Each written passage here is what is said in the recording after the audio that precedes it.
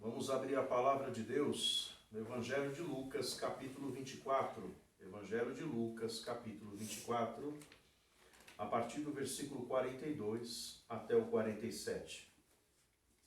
42 até o 47. Está escrito assim, a palavra de Deus, o Evangelho de Lucas.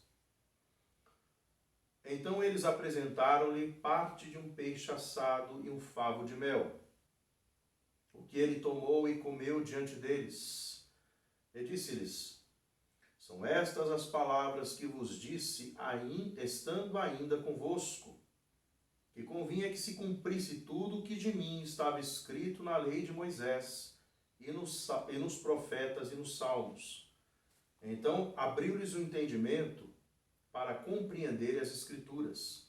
E disse-lhes: assim está escrito, e assim convinha que o Cristo padecesse ao terceiro dia, ressuscitasse dentre os mortos, e em seu nome se pregasse o arrependimento e a remissão dos pecados em todas as nações, começando por Jerusalém. O tema da mensagem nesse dia é: o Evangelho queima os corações dos que são salvos. O Evangelho queima os corações dos que são salvos. Então aqui, primeiramente, nós vemos que o evangelista Lucas, ao narrar, né, a vida de Jesus, a obra de Cristo, e nesse texto, nesse capítulo que nós acabamos de ler aqui, que já fala após a ressurreição do Senhor Jesus e perto dele ser levado assunto aos céus, ser levado aos céus. Aqui nós vemos que o Senhor Jesus ele se apresenta aos seus discípulos, né, de uma forma bem, uma forma contundente, se assim eu posso usar esta palavra. E o Senhor Jesus, nesse momento aqui, nesse texto que nós estamos aqui, acabamos de ler, nessa introdução aqui, nós vemos algo que, primeiramente, antes de iniciarmos os versículos, eu quero chamar a atenção para a necessidade que a igreja e nós temos de levar o Evangelho, levar a missão a cabo do Evangelho do Senhor Jesus Cristo para o mundo. Nos dias que nós vivemos dias difíceis, temos pregado, existem mensagens que Deus tem tocado o coração dos seus ministros, dos seus servos, para trazerem mensagens que falem à humanidade em geral e também à igreja acerca da necessidade da igreja voltar verdadeiramente a Deus, voltar a Cristo, a sua palavra, o seu evangelho, de uma forma saudável, de uma forma simples, de uma forma santa, que verdadeiramente mostre ao mundo que a igreja ela não pertence a ele, que ela faz diferença, que ela não pertence ao mundo, vive nele, mas não pertence a ele, e faz diferença, para que também, ao mesmo passo que a igreja está se preparando com santidade, ela está se preparando porque o Senhor Jesus ele pode a qualquer momento voltar. Da mesma forma que ele foi, a Escritura diz, ele mesmo disse, da mesma forma que ele foi, ele subiu, os anjos declararam que da mesma forma ele também voltaria. Voltaria para buscar o quê? O mundo não, buscar a igreja que que não pertence, mas que está neste mundo. Então o Senhor Jesus, ele se apresenta a esses discípulos.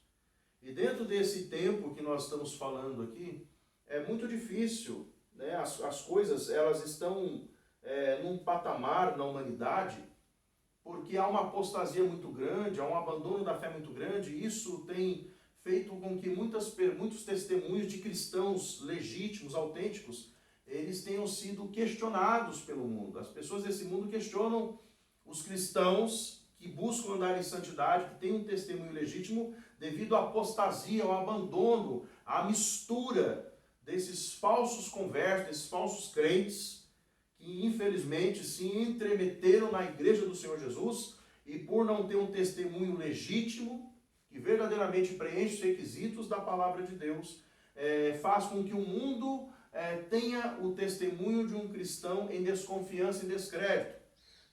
Bem como também tem em descrédito a mensagem dos pregadores que buscam pregar uma doutrina verdadeira, uma doutrina ortodoxa, uma doutrina que corresponde à palavra e à vontade de Deus. Também a mensagem também cai em descrédito. Por isso que nós vemos nesses dias corações muito duros.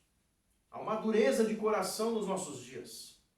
Porque o evangelho não tem sido semeado como o evangelho que é de Deus e muitas vezes, como nós colocamos aqui, como eu tenho colocado aqui, por causa desse mau testemunho, pela apostasia, pelo abandono da fé. Então são coisas que nós devemos considerar. Coisas que nós devemos considerar diante de Deus. Então agora vamos iniciar os versículos. Os versículos de número 42 ao 44, no Evangelho de Lucas, começa assim. Então eles apresentaram-lhe parte de um peixe assado e um favo de mel, o que ele tomou e comeu diante deles. E disse-lhes, são estas as palavras que vos disse, estando ainda convosco, que convinha que se cumprisse tudo o que de mim estava escrito na lei de Moisés e nos profetas e nos salmos. Então, aqui nesses versículos, nós vemos que inicialmente o Senhor, de uma forma prática e simples, ele prova a sua ressurreição. Ele prova para os discípulos, por quê? Porque eles estavam num momento de confusão. Não confusos com a sua fé propriamente, mas um momento de confusão, porque eles estavam aturdidos nas suas emoções, devido aos últimos acontecimentos e que eles tinham acabado de viver. Eles presenciaram a morte do Senhor deles, do seu Salvador. Eles presenciaram a morte de Cristo, eles viram um espetáculo para o mundo, mas para eles foi um choque. Foi mais do que um balde de água gelada, foi muito mais do que isso. Foi um iceberg gelado sobre a fé deles, sobre o momento que eles estavam vivendo, porque não foi uma tribulação, uma afliçãozinha qualquer.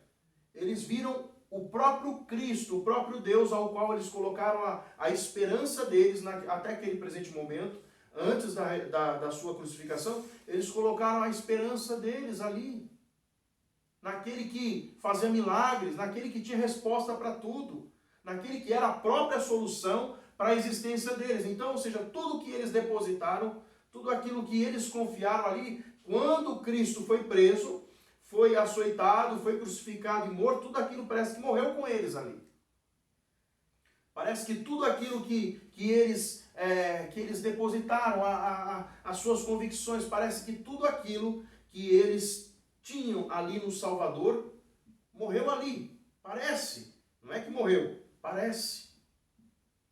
Tanto que os evangelhos narram a ressurreição do Senhor e o espaço de 40 dias que ele se locomove e entre os discípulos de formas diferentes, mas sempre com algumas colocações em comum.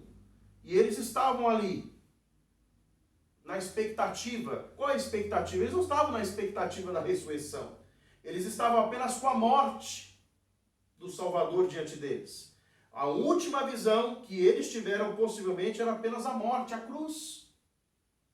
Tanto que eles ficaram com medo, eles se esconderam dos romanos, se esconderam dos judeus, porque estavam com medo que também eles pudessem de alguma forma, porque o Senhor Jesus falou, na Escritura estava escrito a respeito dele, acerca dele, ele falou, ferirei o pastor e dispersarei as ovelhas. Então, os discípulos foram dispersos, mas dispersos assim, espalhados apartados do Senhor Jesus para aquele momento, que era o poder e a hora das trevas, era o poder de pecadores, se apossar do Salvador pela vontade divina do Pai, para que ele cumprisse com o seu propósito salvífico, que era morrer no lugar de pecadores. Então é difícil nós mensurarmos, nós medirmos tudo aquilo que os discípulos estavam passando e sentindo naquele momento.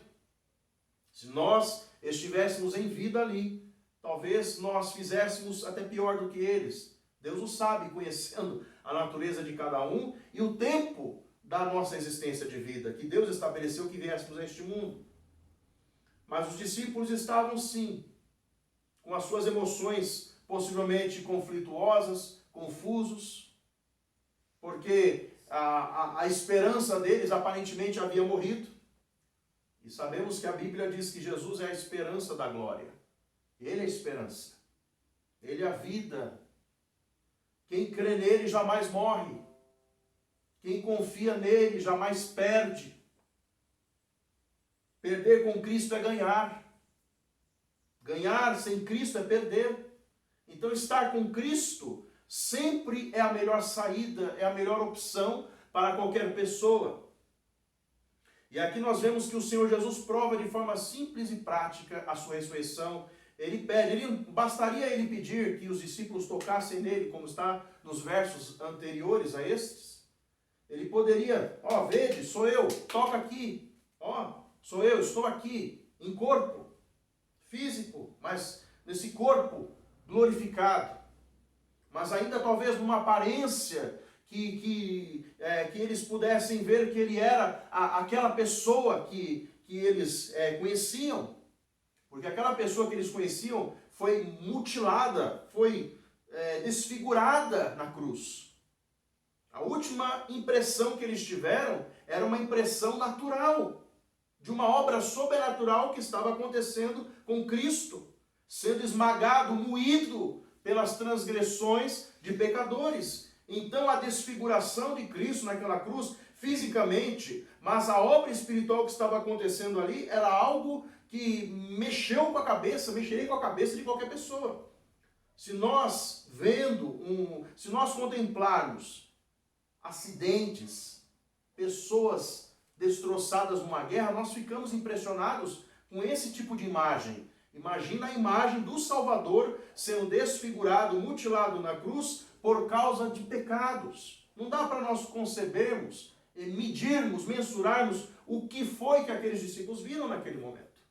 Ao ponto deles esquecerem completamente de como o Salvador era antes da crucificação. Ao ponto deles não conseguirem enxergar que era o Cristo que estava ali ressurreto diante deles. Então o Senhor, de forma prática, segundo o costume que eles tinham de comer, de cear juntos, o Senhor pede um peixe, um pedaço de peixe assado, um favo de mel e come de forma prática. E diz para eles assim, olha, são estas as palavras que eu vos disse estando ainda convosco, que convinha que se cumprisse tudo o que de mim estava escrito na lei de Moisés, nos profetas e nos salmos. Ou seja, o Senhor, ele mostra que tudo o que ele viveu, todo aquele sofrimento, até o vinagre que ele bebeu, é cumprimento da Escritura. Estando convosco, ou seja, quando Jesus estava com os discípulos, ele ensinava, ele explicava a palavra, ele falava acerca da lei de Moisés, falava dos salmos, dos profetas, tudo aquilo que eles falavam, que apontavam para ele, o Cristo que veio a este mundo para salvar pecadores. Então o Senhor Jesus fala, estando convosco ainda, eu disse para vocês, convinha. Só que eles ainda não conseguiam entender a prática da obra de Cristo. A ação física aos olhos carnais, assim, se assim poderemos dizer, aos olhos nus, ver o que a obra que Cristo faria. Eles não conseguiram ainda enxergar isso. Por isso que a ressurreição parecia algo inacreditável. Parecia algo, não esta palavra que eu gostaria de usar, mas parecia algo impossível, algo mágico de se contemplar. E não de magia, me entenda a expressão, mas parecia algo fora do comum, fora da normalidade. De fato era. Para a ressurreição, para o mundo é uma loucura. A pregação da cruz é uma loucura. Tudo que é relativo a Deus neste mundo parece loucura, parece absurdo. Mas não é. É a coisa mais normal para Deus, o milagre. Para Deus, todas as coisas são possíveis. Nada é difícil, nada é complicado. Para Deus, tudo que Deus realiza sem esforço, de uma forma normal, porque Ele é Deus. Ele é todo poderoso. O nosso Salvador tem todo o poder no céu e na terra, tem toda a autoridade. Ele faz como Ele quer. E aprove a Ele vir a este mundo em carne, na plenitude dos tempos, nascido de mulher, vir a este mundo, dar exemplo para o mundo e dar exemplo para todos aqueles que crescem nele, que através dele é possível estar novamente em comunhão com Deus. No versículo 45 está escrito assim: então abriu-lhes o entendimento para compreender as Escrituras. Olha que coisa tremenda. Nos versículos 27 e 32, aqui desse mesmo capítulo, o Senhor Jesus ele tem um encontro com Cleopas, com 2 discípulos no caminho de Emaús. Ele se apresenta a eles. E nesses 2 versículos aqui, eu vou ler o 27 e 32, não precisa ler. E começando por Moisés e por todos os profetas, explicava-lhes o que deles se achava em todas as Escrituras. E disseram um para o outro: porventura não ardia em nós o nosso coração quando pelo caminho nos falava e quando nos abria as Escrituras? Então aqui nesses 2 versículos, o Senhor primeiramente tem um encontro no caminho de Emaús com esses 2 discípulos que estavam saindo de Jerusalém, estavam se apartando devido à crucificação, devido àquilo que Cristo vivenciou, devido à sua morte, enfim, devido a esses últimos acontecimentos que eram de uma tristeza muito grande sobre eles. Eles estavam se apartando, indo para uma outra direção, saindo da rota, do propósito ao qual Deus os havia chamado. Eles estavam se apartando. Jesus se apresenta a eles e abre as Escrituras para eles. Aqui, nesse versículo 45, fala que Cristo abriu o entendimento dos discípulos para compreender as Escrituras. Mas nesses versos aqui, o Senhor, ele abre o texto apenas para eles. Ele abre o texto, tanto é que eles não reconheceram o Senhor, e um deles diz assim, porventura não ardia, não queimava o nosso coração, quando ele explicava o que dele estava escrito. Porque a palavra de Deus é viva. Ela queima os corações, o Evangelho, a palavra de Deus, ela queima o coração daquele que a ouve. Daquele que Deus chama pela graça, a palavra ela queima, ela arde. E ela ardeu no coração de Cleopas, porque era a mesma palavra que ele já tinha ouvido. Só que ele começou de novo, ele abriu o texto. Mas aqui no versículo 45, a Bíblia diz, então abriu-lhes o entendimento, ele abriu o coração deles, para que eles pudessem compreender. Sabe por quê? Porque mesmo as pessoas salvas por Deus, às vezes por causa do remanescente de pecado, da velha natureza, às vezes se instaura pontos de trevas, que dificulta com que a mente daquele pecador que um dia foi regenerado por Deus, às vezes precisa ser iluminado pelo Senhor. Precisa ter a graça que Deus atua, que age para abrir a mente, o coração, para que ele possa compreender as verdades eternas, compreender aquilo que o Senhor sempre falou. Isso é tão bíblico, isso é tão certo, que isso prova que se Deus não abrir o coração de um pecador, ele jamais poderá compreender as Escrituras. Se Deus não abrir o coração e a mente de um pecador, ele jamais poderá ser salvo. Ainda que ele ouça, jamais ele poderá ser salvo. Nós temos nas passagens do Evangelho de João, capítulo 8, versículos 43 e 47, Jesus falando aos judeus: vocês não podem compreender as minhas palavras, vocês não sois de Deus, não conseguem ouvir, a não ser que Deus abra. Em Atos 16, 13 e 15, fala que Paulo, quando ele pregava para umas mulheres perto do rio, Deus abriu a mente, o coração de Lídia, para compreender o que ele falava.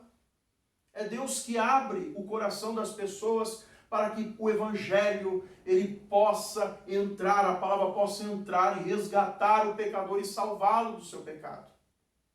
Quando você ouve o Evangelho e você entende que somente por meio de Cristo você pode ser salvo, você pode ser salva, somente por meio do Senhor você pode alcançar o perdão. Se o seu coração se abre para esta verdade, e o seu coração começa a queimar, é porque o Evangelho está entrando na sua vida. O sinal de que a operação de Deus ocorre na vida de uma pessoa é que quando ouvimos o Evangelho queima no coração. O Evangelho arde.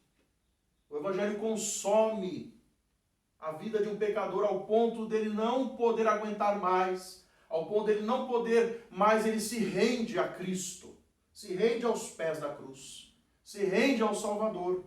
Por quê? Porque o Evangelho, ele arde. Este é o sinal da graça. O Evangelho, a palavra de Deus, a boa nova do Senhor, que oferta ao pecador a oportunidade de estar novamente reconciliado com Deus, ele arde, ele queima o coração. Ele faz com que a palavra que é ouvida, ela possa ser crida, recebida. Ele ilumina. Versículos 46 e 47, aqui finalizando o texto. E disse-lhes, assim está escrito, e assim convinha que o Cristo padecesse, ao terceiro dia ressuscitasse dentre os mortos, e em seu nome se pregasse o arrependimento e a remissão dos pecados em todas as nações, começando por Jerusalém. Aqui, novamente, o Senhor volta a reafirmar o cumprimento da sua obra, o cumprimento do propósito para o qual ele veio, né, salvar, o cumprimento da sua vinda a este mundo em carne, padecer por pecadores, sofrer numa cruz, morrer e ressuscitar. Então aqui ele reafirma nesse texto, novamente aos discípulos, coloca para eles a necessidade, o que convinha, o que era conveniente, o que era propósito de Deus, decretado por Deus, que ele viesse a este mundo para sofrer, para morrer, para ressuscitar, para que o pecador tivesse oportunidade de estar novamente com Deus. Sem que Cristo viesse, não haveria salvação, o mundo estaria literalmente condenado em todas as suas épocas e eras passadas até o tempo presente. Nós não existiríamos. Se Cristo não estivesse vindo a este mundo, nós não teríamos geração como temos hoje. Nós não estaríamos aqui há muito que tudo teria sido consumido. Se Cristo não tivesse vindo na plenitude dos tempos, não haveria salvação, não haveria uma alma que se salvasse, a não ser aqueles do Velho Testamento, que creram nele. Mas se Cristo não tivesse vindo, não haveria. E ele começa manifestando também, mostrando que no Antigo Testamento, os profetas, começando por Moisés também, que Moisés fala em Deuteronômio 18:15, que Deus levantaria no meio de vós. Moisés fala para o povo de Israel, Deus vai levantar um profeta como eu no meio de vós e vocês vão ouvi-lo. A ele deverão ouvi-lo. Então Jesus fala a respeito de Moisés, Salmos e Profetas, dizendo, olha, todos esses livros do Antigo Testamento, para nós entendermos aqui com clareza, todo o Antigo Testamento, Moisés, Salmos, Profetas, falam de mim. Jesus colocando aos seus discípulos, todo o Antigo Testamento fala de mim. Então agora, com o Novo Testamento, Jesus vindo em carne, ele inaugurou o Novo Testamento. Jesus vindo a este mundo em carne, cumprindo a sua obra salvífica, morrendo, ressuscitando, aqui, ele inaugura o Novo Testamento. Inaugurando o Novo Testamento agora está completa. A revelação de Deus para o homem, para a humanidade está completa. Então, da mesma forma que Cristo era pregado no Antigo Testamento, o Espírito de Cristo agia em Moisés, nos profetas, agora o Espírito de Cristo, que é o testemunho de Jesus, é a sua palavra que está aqui inserida para nós. Agora também no Novo Testamento deve continuar a ser pregado. Cristo deve continuar sendo pregado, sendo nomeado. E nós temos isso em evidência. Em 1 Coríntios capítulo 15, nós vemos aqui as palavras do apóstolo Paulo, à igreja de Corinto. Ele escreve bem claramente a respeito disso, de forma bem clara. 1 Coríntios 1 ao 4. Também vos notifico, irmãos, o evangelho que já vos tenho anunciado, o qual também recebestes e no qual também permaneceis, pelo qual também sois salvos, se o retiverdes, tal como vos tenho anunciado. Se não é que crestes em vão, porque primeiramente vos entreguei o que também recebi, que Cristo morreu por nossos pecados, segundo as Escrituras, e que foi sepultado, e que ressuscitou ao terceiro dia, segundo as Escrituras. Ou seja, este Novo Testamento agora com clareza fala do Cristo, como o Antigo Testamento apontava para Cristo, mostrava Cristo, pregava Cristo. O Novo Testamento também continua pregando Cristo. E esta é a obra, e este é o propósito. E assim como Moisés e os profetas chamaram Israel, porque nem todo Israel, segundo a Escritura, nem todo Israel foi salvo, nem todo Israel será salvo, porque nem todo Israel é de Deus, mas somente aqueles que creem em Cristo. Então, assim como Moisés, como os profetas que chamaram também Israel ao arrependimento, assim também os apóstolos e todos os discípulos de Cristo têm que pregar até os confins da terra, chamando o mundo ao arrependimento. Este é o propósito agora. Não é só mais uma nação, mas toda a humanidade. Deus chama e conclama o arrependimento. Deus faz com que todos venham a Cristo, que todos venham ao arrependimento, que todos venham ao conhecimento de Deus por meio do Evangelho.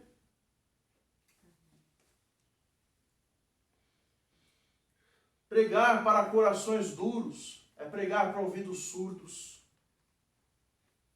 A apatia e a indiferença são evidências de um coração duro de pedra. A apostasia gera maus testemunhos que trazem descrédito na mensagem da palavra do Evangelho e no testemunho de cristãos.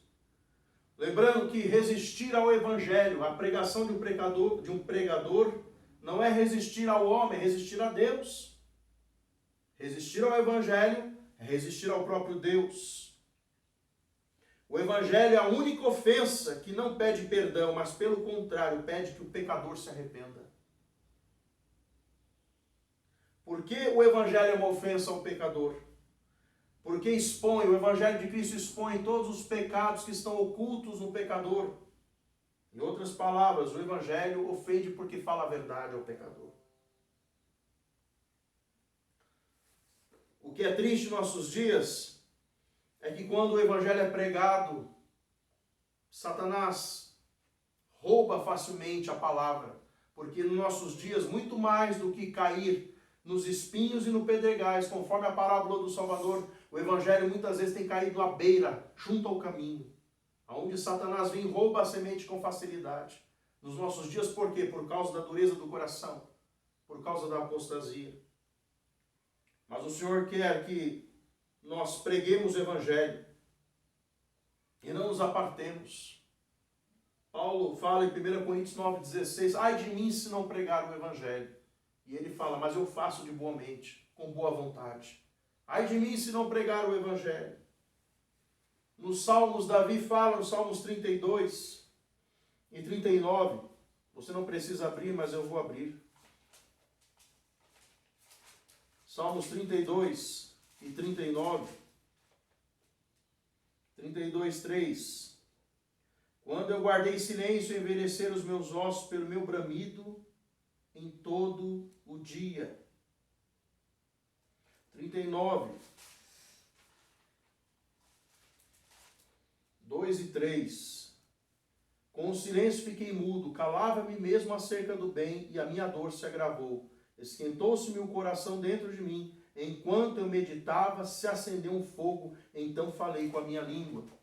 O salmista Davi não podia guardar e ocultar a palavra de Deus no seu coração. Assim também todos aqueles que já são salvos não podem ocultar o Evangelho em suas vidas. Não podem permitir que esta palavra fique sufocada, porque todos os ministros, por sofrerem perseguição e deixarem de pregar o Evangelho como ele é, Evangelho de Deus, não como esse Evangelho açucarado, esse Evangelho distorcido, que é anátema, que é maldito diante de Deus, porque não salva, não converte vidas, não queima o coração de pecadores. E o coração do pecador não queima pelo emocionalismo, pelo tom da voz, muitas vezes, que às vezes possa até acentuar um pouco mais grave, mais emotiva, mais fervorosa, mas não é por isso. O Evangelho queima o coração do pecador, porque quando ele é pregado com verdade, com fervor, primeiramente, se o Evangelho não queimar o coração do pregador, não vai queimar o coração daquele que ouve. O Evangelho precisa queimar o coração do pregador, precisa queimar a sua vida, consumir, para que o pecador também possa ser consumido por esta mensagem. É uma faca, é uma espada de dois gumes. Ela tem que queimar, arder o coração do pregador, para que possa também arder o coração daquele que ouve. E se não arde muitas vezes, é porque não arde no coração do pregador. Não podemos pregar a palavra de forma profissional, ou com motivações erradas, obtusas, obscuras. E hoje, infelizmente, nos nossos dias, o Evangelho é pregado de muitas maneiras, com muitas motivações erradas, com muitos propósitos, para apenas fazer com que as pessoas elas possam apenas ser arrebanhadas com o propósito de atender às necessidades de uma elite, de um grupo, de um homem, de uma mulher até. Porque nos nossos dias existem a permissão do ministério, do pastorado feminino, que é antibíblico. Mas enfim, a questão é que um pregador, ele precisa ser consumido pelo Evangelho. Consumido pela palavra.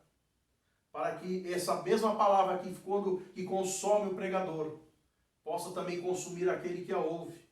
Possa tocar o coração daquele que a ouve, possa despertar aquele que a ouve, para aquele que a ouve também possa se achegar a Cristo, com verdadeiro arrependimento. Por isso que Jesus falou, e em seu nome, ou seja, no nome dele, se pregasse o arrependimento e o perdão de pecados em todas as nações, começando por Jerusalém, que é o palco da onde aconteceu o espetáculo da crucificação ao mundo. Começando por Jerusalém, da onde se originou a obra salvífica da cruz.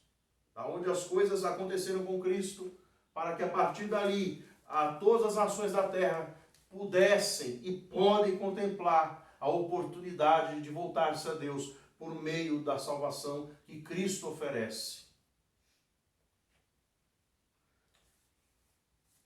Que esta palavra, que o Evangelho, possa queimar o coração daquele que ouve. Possa salvar. E possa queimar o coração do pregador que prega. Jeremias, encerrando o versículo, encerrando aqui Jeremias 29.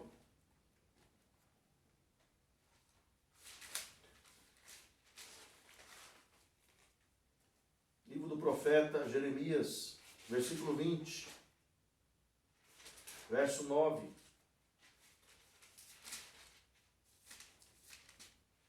Então disse eu, não me lembrarei dele e não falarei mais no seu nome, mas isso foi no meu coração como fogo ardente, encerrado nos meus ossos, e estou fadigado de sofrer e não posso mais. Aquele que se cala diante da incumbência, do dever de pregar o Evangelho, ao qual foi chamado por Deus.